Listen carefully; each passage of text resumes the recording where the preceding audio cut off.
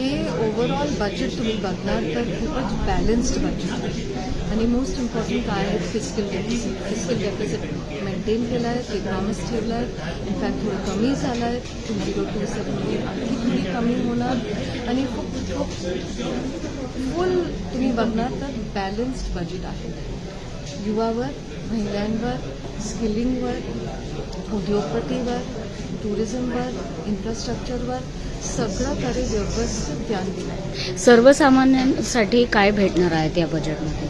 सर्वसामान्यांमध्ये खूपच तुम्ही पॉझिटिव्हली बघणार तर त्यांनी जॉब अपॉर्च्युनिटीज, हेल्थकेअर, आमचे जे फार्मर्स आहेत ते आमचे युवा आहेत त्यांच्यासाठी सगळीकडे त्यांनी अपॉर्च्युनिटीज उघडले. प्रायमरी सेक्टरमध्ये बघितलं ते देशासाठी खूप महत्त्वाचे असते. यावेळीच त्यांच्यासाठी काही नियोजन स्कीम्स किंवा टेक्नॉलॉजी किंवा नवीन टूल्स जे आहेत ते इंट्रोड्यूस करण्यात आलेले आहेत का?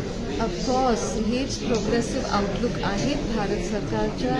AI, डिजिटलायझेशन, कॉन्टेंट क्रिएशन, युवांसाठी डिझाईन, टुरिझम, डिफेन्स सगळ्याकडे त्यांनी AI आणि सस्टेनेबिलिटी वर विशेष ध्यान दिलं आहे. AIIM सारखं 3 विशेष नवीन हॉस्पिटलसुद्धा उभारण्यात येणार आहेत असेही सुद्धा उल्लेख केला गेला आहे बजेटमध्ये. काय सांगा? हो, फक्त हॉस्पिटल्स नाही, कॅन्सर केअर आणि विचित्र मेडिकल जे इक्विपमेंट्स आहेत, मेडिसिन्स आहेत त्याचे पण इम्पोर्ट कस्टम ड्युटीला एक्झाम दिला आहेत.